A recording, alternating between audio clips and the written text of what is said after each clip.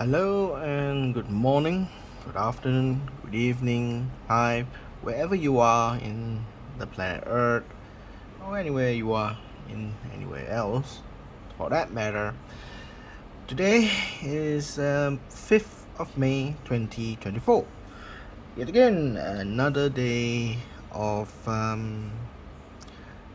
going to the flea market, meeting up other dealers and so forth. Actually, it's supposed to be next week. There is a special fair in the flea market, which will bring even more, how should I say, more dealers, more sellers of antiques and etc. and etc. Probably next week, Sunday, is the event. So today I just go around just to scout some personal time for myself and R&R. So just doing something what in my R&R is my hobby, collection, so forth. Yeah. Anyway, today pretty much not much of a current affair on the 5th of May on the sideline. Sideline advice is yeah, in Malaysia we just have one currently under halfway campaigning by election in Selangor. Just a record of my own personal uh, uh, opinion, even though I'm not living in that constituency, I am not eligible to vote in that constituency because my constituency is in Kuala Lumpur, that is in Selangor. So it's a small little by-election that is insignificant, and you ask me, it's most insignificant by-election because it's a by-election that doesn't serve any purpose. Whoever wins, the status quo would remain the same, but it is a turn way that a fresh start. What does the mixed constituency? When I say mixed, in Malaysia we have our electoral areas are quite rely on the racial demographic, whether like a Chinese majority demographic constituency or Malay demographic constituency or an Indian majority constituency, etc., etc. This seat on anyhow is a very mixed seat. No single race in this by-election um, has 50% or more of a certain background of race, like the Malay or the Chinese or the Indian or the others dominate that. It's a very multicultural seat. So that's where we call a mixed seat. I don't want to name that constituency at the moment because I just don't want to have people hype on it, so or trying to find out about it. So I just want people to think it's just let it go, just let it run. It currently is in the half of the period of campaign. There is a 14-day campaign, so it was started last week Saturday. So today Sunday is already reached the half mark of campaigning. Next weekend, probably on Saturday, is the voting day, and on Wednesday or Tuesday will be the early voting day. So again, it's a very insignificant vote. If it's the opposition win, it serves nothing. The status quo still remain. If the government wins, it doesn't change also, because the seat is very insignificant to sway any political change, other than getting the new and fresh mindset from the people's mandate. You were able to find out, even though very mixed seat constituencies like this one would detrimentally tell whether they are satisfied with the government's work or not. It's a very good indicator for those kind of seats. And for the current government, they rely on very majority of their seat they won are mixed seat. So it's very significant for the government of today to find out whether they are increased voters or less voters and so forth, or whether they can win or lose. before the next general election in Malaysia. Now, talking about general election, another one quite so-called very underdog news is supposed to be bombastic in the news as international, but rarely is overcast by Gaza's and Israel issues like the university students or university pro-Palestinian protests versus the authorities of the police and the school administration, blah blah blah. Most of those are dominated in the news, and I think is overcast by that. Is the 2nd of May. There is a local election in Great Britain. Majority of those under contest is in the area of England and Wales, if I'm not mistaken. So one of the biggest significant I see that election result came out from that local election. Basically, a third party vote. A third layer vote. Basically, you vote for local councils or you vote for mayor, and etc. Which basically, as a Malaysian, we know that currently, technically, the third vote for the citizen is kind of so-called conundrum of under suspension.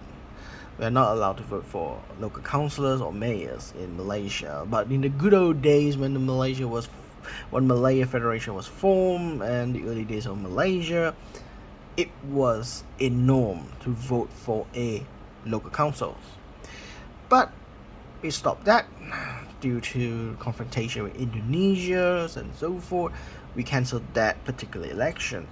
So the only great examples that is still running is basically like our former colonial master, United Kingdom. So they're running these state elections in these two areas like the Welsh and England. Surprisingly, it's not surprising, is that the Tories or the Conservative Party is losing out a lot. And whilst Labour is supposed to gain significantly a lot of the winnings, of course, majority, I would say the most general thing is they are losing quite a portion of their voters to pro-Palestine. I don't want to say that the British Muslims only, but those are sympathetic to Palestine or Gaza, or international or foreign policies. No candidates or no major parties have explained, especially the Labour or the Conservative Party. Of course, we know the Conservative Party is very pro-Israel, being a government of the day today, serving its term. They are quite sensitive. If they are being pro-Palestine, England would, United Kingdom itself would be isolated from the rest of its ally. Majority of its country of the allies are pro-Israel. So they can't standing on the other side of the coin alone unless they are great forces teaming up together from other Western countries. Now, Labour is supposed to be in favoring in pro-Palestine by logic, opposite from the government. Of course, being the old and traditional party, they cannot take such a radical idea because it will lose. They will lose a lot of voters than they gain, because the issue of Palestine and Israel doesn't cut into the majority of the society or majority of the voters in UK. So I would think that it's not that right for Labour to suddenly push for pro-Palestine and anti-Israel. They will definitely won't be the next government, which in a couple of months there will be a general election in Great Britain where they have to elect members of parliament to the power who will be governed the next round. Now, being that they know at the moment Labour Party, according to the statistic, the polling statistics and so forth, prediction is that Labour is going to win quite big, biggity big. But now we have this last year after September fiasco from Israel and Palestine. Those vote patterns start to change. Especially right now, we see a lot of Muslims don't support Labour. They abstain from voting, or they're voting for an independent member of parliament, a candidate who is independent, which currently we see a lot of it gain independence with in this mayor and local council elections. We're seeing a significant gains from independents, non-party affiliated candidates winning huge also. And we might see if this trend continues as status quo to the general election end of this year. I think we will see there are a lot of independent, non-party affiliated member of parliament winning the election and becoming and serving the community in the parliament. So very big significance. So this is a path that the Labour Party needs to digest. Labour Party needs to readjust their strategy or other policy. How are they going to move forward? Now for the Conservative, they are losing a lot. Biggest chunk they're losing, probably I would say 40% of Labour, Conservative. I'm not talking about Conservative. For the Conservative Party, the Tories, they are even bigger challenge.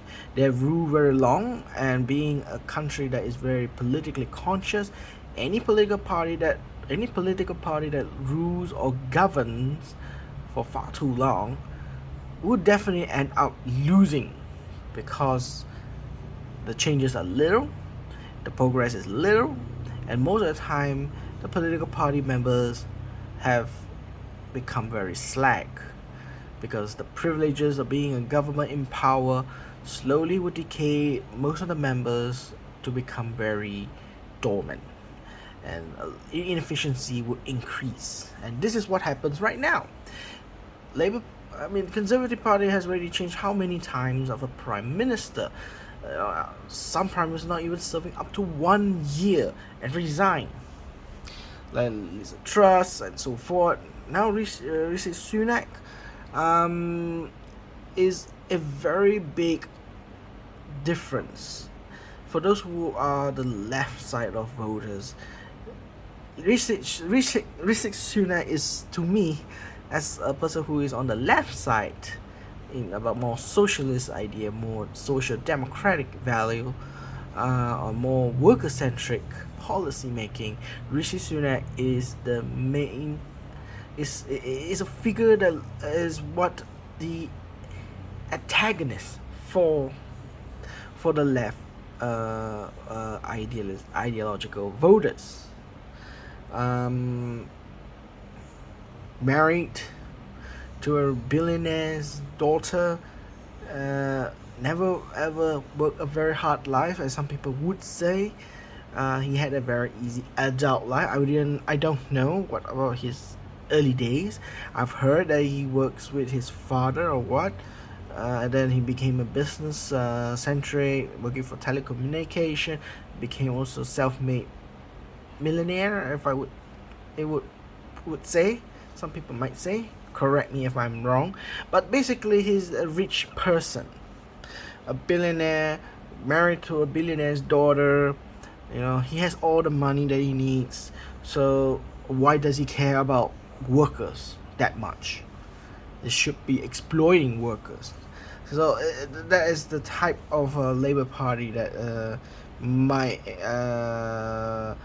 take advantage of as a leader on the opposite side. So Conservative Party having such a candidate as a prime minister might be very difficult there. And also, what should I add? The major obstacle for Conservative Party is there will be a major shift of voters. Being the rise from a UKIP party, it became a Brexit party, and then renamed to UK Reform Party. This party is almost similar image of a Conservative Party, but more radical. It is a party is a euphoria of a is a utopian party for those who are radical right or radical conservative voters.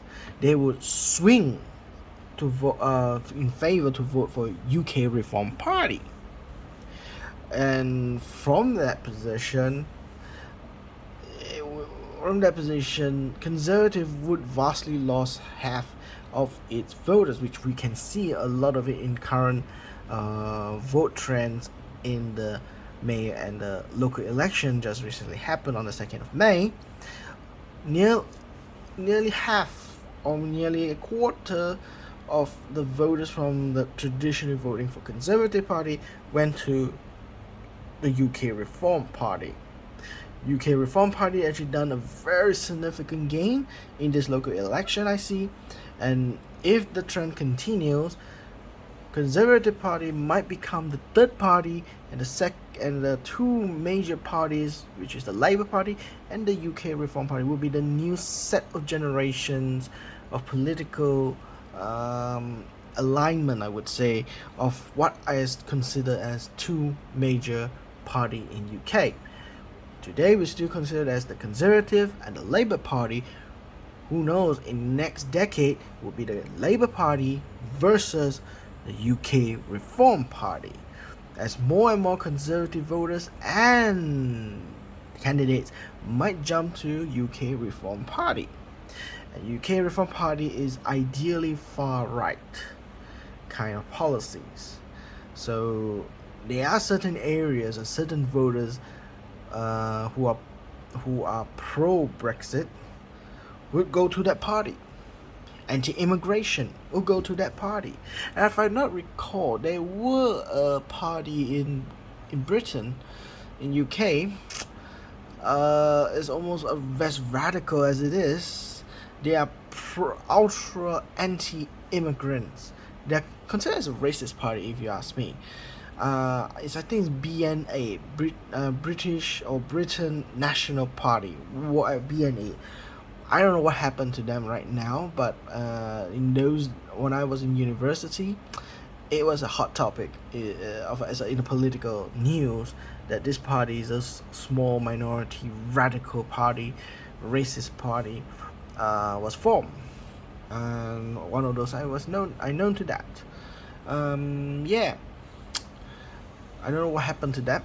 News has started to talk about UK Reform Party, but a lot of the small little minor parties, have disappeared in the news coverage. So yeah, today's news this week's, that's all the very good friend that I have overseen and so forth, and it's going to be great. Okay.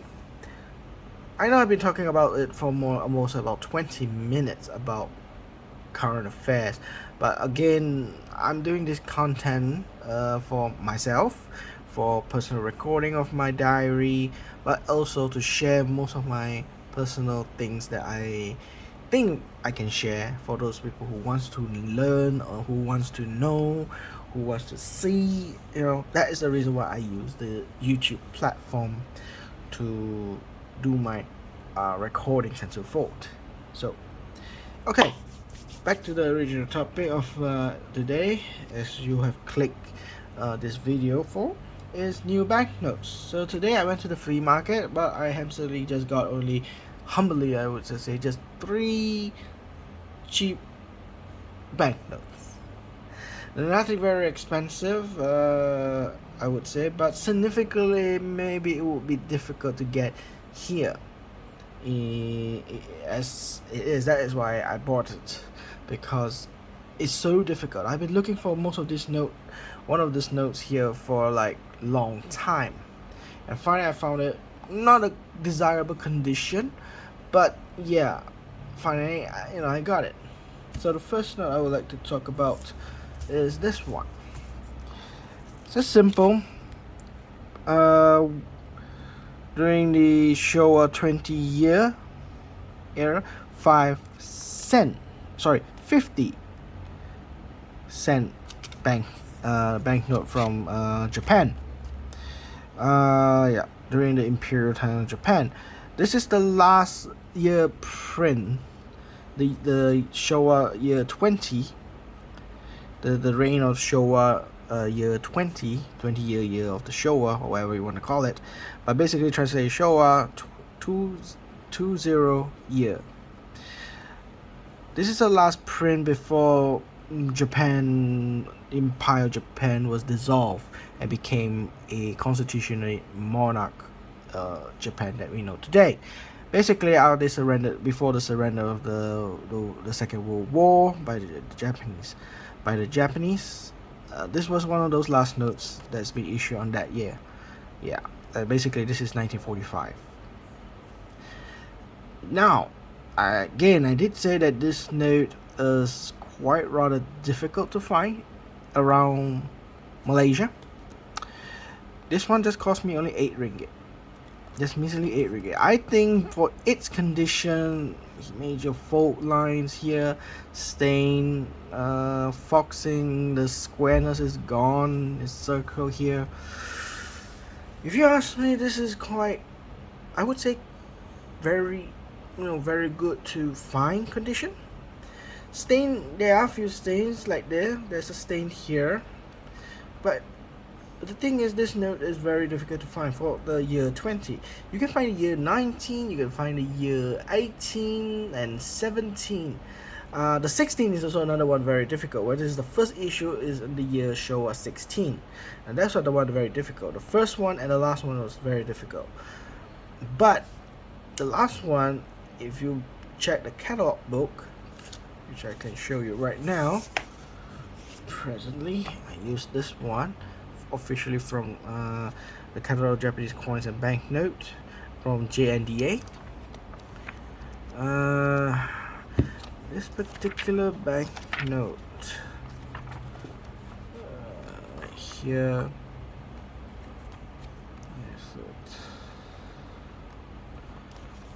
I think I will pass it here. Yeah, this one here, sorry. Yep, Japanese government, 50 cent Yasukuni Shrine. This is the Yasukuni Shrine. This note, there you have it. Sorry, there's no 16, 17. My apologies there for correction. There's the year 17, 18, 19, 20. It was quite easy to find the 18. Most of it, the dealers that have a bunch of this in a very poor condition, most of it in the year 18 and the 19. But it is not so easy to get 20 in with my dealers, and of course the 17 is very expensive. If you look at the condition for a very uncirculated, brilliant uncirculated, is 2,500 yen on the 200. Yeah, the price is very high for the year 17. So based on the price, obviously it's rare. The year 20 is very peculiar for me because it is not that rare. Basically, it's vastly very cheap. The price is, I would say this one, the condition would be around, sorry, I would be saying around 80 yen. This is the price of 80 yen for something that is fine. 80 yen is virtually like less than, two ringgit and 50 cent, no more than 3 ringgit. And I'm paying 8 ringgit for this thing. That's more than double. It's about 200 to 250% profit out of me. But anyway, 8 ringgit, it's just like a simple snack. You just pay, I just don't need to eat snack, and I just use the 8 ringgit to buy this one. That's fine with me. 8 ringgit isn't bad. But comparing the exact genuinity of the price, for 80 yen, you can get this. Supposed to be in the medium range of 80 yen. I got it for 8 ringgit. So, yeah. Basically, I nearly bought 300 yen. Basically, I bought nearly 300 yen for this banknote. If I probably buy in Japan, probably I will get around this price with uncirculated. So basically, this banknote, although it's very difficult to find in Malaysia, but it's rather very cheap according to the Japanese community in Japan. Probably you can find it a lot in the dealers over there or collectors over there. So yeah, it's one of the cheapest. So my next agenda to complete this Yasukuni 50 cent. The last one would be the year 17. So I already got 18, I got the 19, I got the 20 now. I just want to get the 17. Once I got the 17, the rest is I won't be focusing on collecting this one or searching for this one unless it is a better condition, uncirculated, and a very fair price. I'll get it. If it's not, I don't need it. I don't need a good quality one, to buy, because my objective is to collect as more varieties as possible and try to complete those variety sets as much as I can, rather than getting the best quality of it. If I'm focusing on getting the best quality, I will not have any varieties. I would be behind my collection, and visually it will be very little number of collection, and I feel very unenjoyable collecting something that is so expensive just at the condition. But if I can get a good condition and the best price within my pocket money, sure, why not? Always strive to balance out everything. So yeah, that's the note that I got today from the Japanese. The other one, a bit out of touch, which I did make a commitment that I don't I'm not looking for banknotes other than a Japanese banknote, mainland China banknotes, and the United States banknotes. Of course, on and off, I might find something treasure, unique items that I need to fill in my collections. If in the good price, fine. I'll just have a one-time, slot it in, and buy it. I try to get it, so long as within my affordable price that I'm trying to get. So the notes that I got is this. This one is 1,000 dinar, Central Bank of Iraq, or you might call it Iraq. Well, in Malaysia we call it Iraq, and if you're in Western Hemisphere, you might call it Iraq. So bear intention that in disclaimer there, I was just going to say as what we use here is Iraq. So here we go. Both of these notes are actually from Iraq. They're similar. They're 1,000 dinar. The only difference is this one is actually commemorative. We'll come back to that later. So this is one of the notes after Saddam Hussein collapsed. Government was changed to a so-called more democratic. One of the few notes they issue out is this. And of course, if you are collecting post Saddam Hussein banknotes, Iraq is quite easy to collect. It's very budget friendly to collect. The country is being developed again. The country is restructuring again. Of course, there are still civil war, so-called like civil wars, fighting among each other, sectarian violence, as the news would put. A lot of the banknotes are still relatively easy to find. They are cheap, and they're quite uniquely, I would say, beautiful. Would be in one word. I don't know. For me, just because personal taste for me, when it comes to the Middle East, when they use Arabic words, even Urdu, the notes becomes very beautiful. It is very divine, I would say. It's very sublime to look at it. Although it's simple, it's just basically words. There's not much of motifs or whatever it is, but the wording is already created to me, and when I look at it, it already looks like motifs. So you can see very geometrical word. I think this word would be, say, the Central Bank of Iraq. This is 1,000, 1000, 000. These are serial numbers. These are the numbers, numerical Arabic numbers. and some of the Arab words that I don't read, but even though I don't understand, it looks very beautiful, to be honest. So yeah, and then the big one, white, the back is English words, so that it's one of those standards that the Arabs would use. The Arabs normally, in their norm, they will use is this front is purely for Arabic, and the back one purely in, or partially purely on English, so that foreigners, when they come to the country, at least they still can read the banknotes. They still can read that it is 1,000, is Central Bank of Iraq, 1,000 dinars, and the front is for the local people. They know who are they, and the serial number. I see the back doesn't have a serial number, but the front has a serial number. So virtually most of the information are for the locals, because this kind of information normally will be used by the local people rather than the tourists or the foreigners. The foreigners just need to know the information is this note is 1,000 dinar. That's it.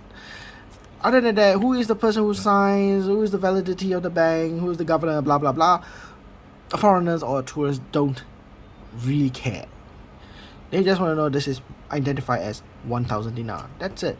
So all the information in the front, the words here and so forth, the serial numbers, the prefix and so forth, they are written purely for in Arabic, in Arab words, language, and the back just plainly just says Central Bank of Iraq and the denomination of this banknote for easy use for foreigners who doesn't read Arabics.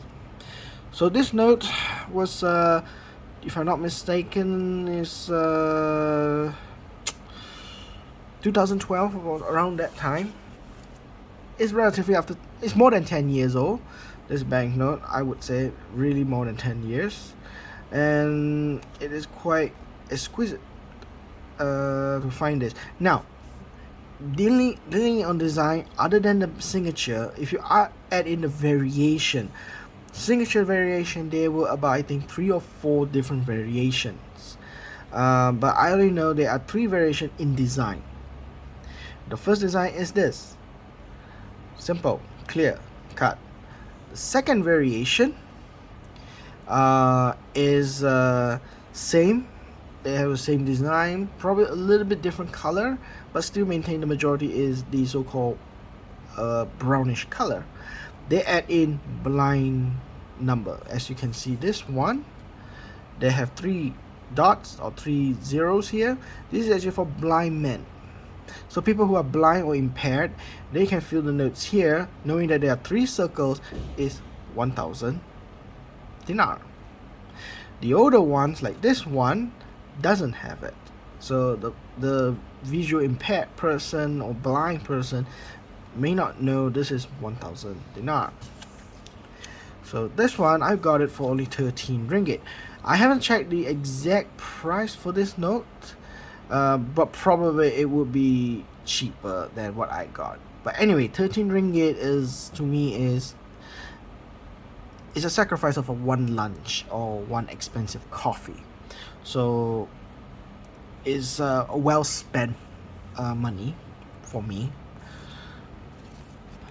And some people might say it's very expensive, but some people who don't appreciate banknotes might say it's just paper money, what's the point? If you direct convert it 1,000 dinar to ringgit, it's only worth about a couple of ringgit, probably only 2-3 ringgit, that's all. You pay for 13, you sucker punched for pay extra 10 ringgit.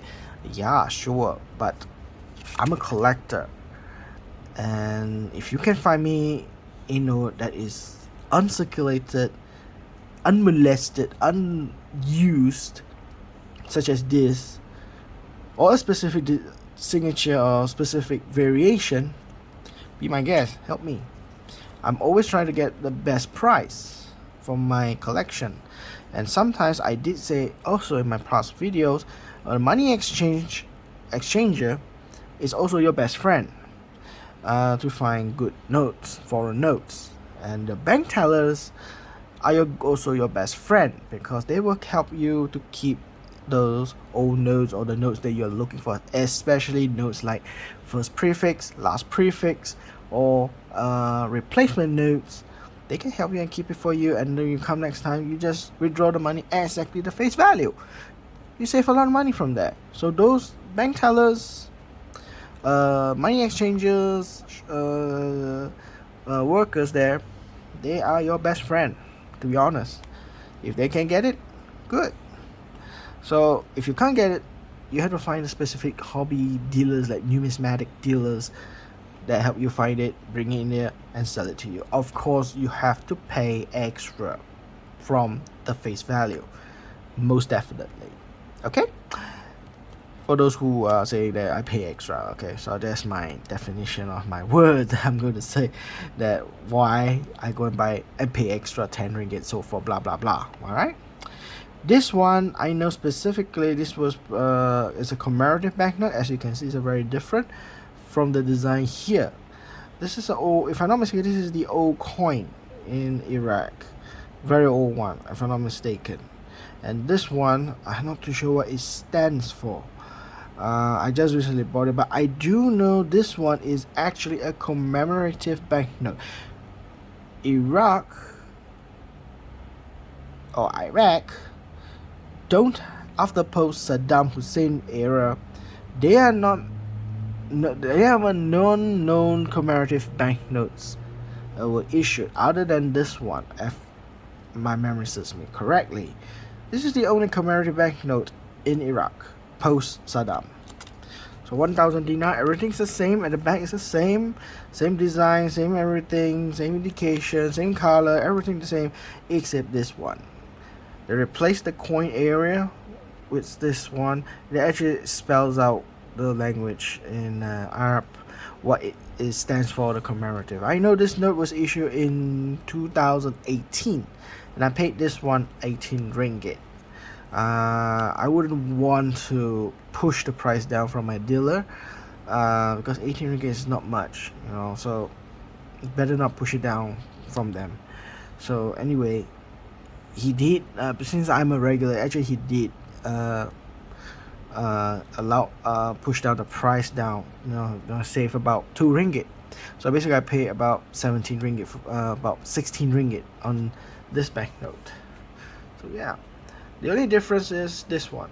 If you see something like this in a 1,000 Iraq dinar, 1,000 dinar for Iraq dinar, this is actually a commemorative banknote. And should, as if you're numismatic collectors or want to cherish certain unique or special banknote of any kind of banknote in Iraq, this one you should take it as consideration as the first one. It's a commemorative banknote, so definitely you will not see this print ever again, other than another commemorative banknote in a different design and different banknotes and so forth. You will not see this again. This is only printed in 2018. It will remain as 2018's banknote. Other banknotes like design, they can print all long year of that period until they change their design. So right now, after this issuance, probably they're reissuing this one again. This is just only for 2018. Then 2019 or 2020, they revert back to the regular banknote for 1,000 dinar. So yeah, so that is why I got these two notes here. This is one of the first ones. This is one of the commemorative banknotes. And commemorative banknotes, I try to strive to get it because they are just special. Although they don't have much value to it as an investor, but as a collector, it's a fun thing to collect. Commemorative banknotes are limited. The most important keyword is they are limited. They are quantity target prints. They only can print probably this one. They just print about 1 million pieces or 3 million pieces or 10 million pieces. Regardless, they are limited prints, and if a lot of it is being collected and the market is scarce, the price will go up. But if you print like millions of it, I don't think it's going to be useful. Commemorative is supposed to share with people across the country. So the main objective is to print a lot, and it should be available for access to everyone to keep. So I don't think that is the quantity is very little. That is why it's just only 18 ringgit. If it's not, it will be higher price. Of course, 18 ringgit. This is 13 ringgit. we can see the difference there. This is about 8 ringgit. So pretty much that's it. That's all I bought today. That's all I could say what I have collected today. And in a couple of days there will be some more to come. Probably next week there will be more actions to come. I'm expecting another 3 more banknotes. I got it from my friend in Europe, and a lot of the frequency of new notes coming in for auctions and so forth. Mostly a lot of it is happening in Europe. So that is why a lot of my banknotes I've got it from Europe at this point of time. Those niches, those unique countries, I get it from there. Yeah. There's not much in. If you ask me, auction in Malaysia, there's not much. Yeah, certain major one that we know, like trigonometrics. This is a so-called the main flavor auction house for banknotes in Malaysia. Of course, a lot of those notes that I wanted is not being auctioned out there. It's very little being auctioned. Like speaking for a good example, as I always put in every video, I always say, if they try to sell this note, I have not seen any of this note being auctioned or being sold in Malaysia. This is an education series, $1 silver from the United States, and I have not seen anyone that sells it. So yeah, hard to get. I got this one from Europe, actually, from Europe's auction house. So and a very good price. Surprisingly, is within my budget that I dream of. This is one of my favorite notes I would cherish. I love the design. From United States banknotes, among all, I think this is the best one that I like, that I love. So, something that I really excited. Malaysia's auction house, they tend not to have those around that has those kind of notes that I'm looking for. A lot of the notes they are selling, of course, is selling the local. Being a local auction house, you humbly sell majority of your notes that being auctioned is the local ones.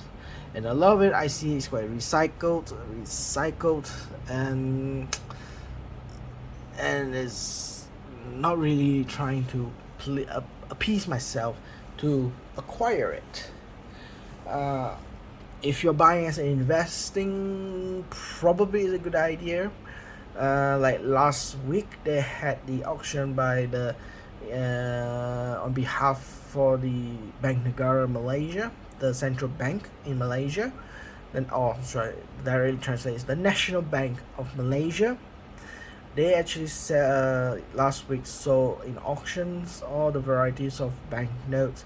They are so-called unique numbers, like 1, 2, 3, 4, 5, 6, 7, 9, 9, 9, 9, 9, 9, solid 9, solid 8, solid 7, solid number kind of things, and etc. A ladder, radar, probably not radar, but the ladders, ascent and descent kind of numbers, and so forth. Those are actually, it was crazy. I have actually sat down and observe. Is really ridiculous. They're priced up to the cheapest one I can say that one of it that's sold is only a mere 3,000 for 1 ringgit note. A 1 ringgit note with a solid number is selling it makes a sale of 3,000 ringgit. To me, is ridiculous for such a denomination, and selling at that price is absolutely crazy. I would put it that way, crazy. And who God knows, those higher denomination, probably like 5 ringgit, 10 ringgit, 50 ringgit, and 100 ringgit, are selling probably at 5 figures if I'm not mistaken. But after that fiasco of the 1 ringgit auction period, I left. Because definitely, if I can't afford those crazy prices of 1 ringgit denomination auction to win it, forget about it for the 5, 10, 20, 50, and 10, and 100. So I just walk off and left. But anyway, it is a very good auction, I would say. A lot of it are in online activity rather than on the floor house. So yeah, and another one that is other than trigonometric in Malaysia auction house for banknotes, the other one is called Unique. Unique also had a very good notes as well, but it's not as so superior than the it's not as superior compared to trigonometrics. Of course, the commission, they charge the interest they can from the auction house profit. The commission is much smaller. So after you win a bid, the percentage, if I'm not mistaken, was 5%. Now normally in like the European auction house, they charge 24.2%. Sorry, 24.2%. United States, I think they're charging 35%. The hammer price, they have to add in that percentage as the auction house fee or so-called whatever it is. So it's an extra you have to pay. So knowing that the Unique is actually very low, they're selling at 5% commission fee, is actually very good. And another news I would like to say, and probably I'll be repeating from my last video, is that collection for comic books, those the normal issue one, not the omnibus type, those thin paper comic books from United States, and also trading card games for sports, baseball, basketball, football, and trading cards for like Star Wars, Star Trek, etc. is on the rise. I can confirm this in that Malaysia is no longer a very, very small niche. It's on the rise. Thanks to this year's in Malaysia, the so-called numismatic fair in Kuala Lumpur. That's basically 2-3 videos back from this one, a couple of weeks back. They started to have grading trading cards, grading comic books. It just keeps people, especially investors who are investing coins and currencies, started to open up the niches for their option to collect. Hey, why not collect comic books? It seems to be have money there. Or collecting Pokemon cards, or collecting Magic the Gathering cards, or collecting Welsh or cards. Any cards is now collectible, and so long as it is qualified to grade, it must have some sort of monetary value. And people just got a taste of it, and now they are trying to eat it and trying to buy it. And I'm noticing a lot of it are. For me, I have been collecting my own small niche, on and off trading card games. I would collect my old trading cards when I was a kid and teenagers, my young youth days. The Pokemon cards are still there. My Magic the Gathering cards, some of them I'm still having it, which I stopped playing very fast for Magic the Gathering because the expansion of the cards of variety is too big for me anyway. So I stopped there and focusing on banknotes. Some of the Japanese cards, if you get, although I don't read Japanese very fluently, those cards are more valued than the translated English version. That is one thing a lot of investors would notice, or translate into other foreign language, probably the Chinese, the Korean, French, Spanish, or Italian trading cards. Translated into those languages, they are more valuable than the English, particularly the Japanese one, because some trading cards that is in Japan, they issue only for the Japanese version. Now, when introduced in English, those so-called promo ultra rare cards, it becomes a super valuable card games for collection and selling. Other than that, basketball cards, I'm not interested in basketball or any kind of sports cards or football. American football cards, they're pretty much also very highly valued, but those kind of money and value that they can be appreciated would be in the United States, like baseball cards and so forth. I hear a lot on YouTube when they unbox or they some of those sports trading cards. They can worth up to 6 figures, 100,000, 200,000. Some of them worth 6,000, some of them worth $300, $400 US dollars. Yes, they worth a lot of money, but you need to find the people who enjoys and willing to buy this kind of so-called genre trading card games, especially like baseball. Where can you find people who play baseball in this world, other than United States, Taiwan, Japan, South Korea, certain areas, or even trading card games for trading card collections for like cricket. Not many countries know what cricket game is, other than like probably the niches would be huge fans would be in New Zealand, India, Pakistan, Australia, UK, certain niches of countries would collect those banknotes. Anyway, that is a good news.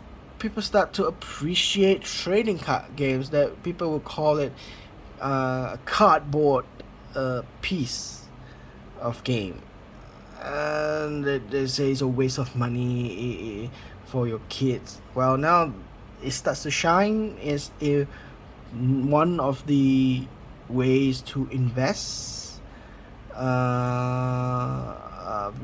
your money on, because they have high value. Those cards, they have discontinued, and those are very limited quantity in print. They are quite huge in value.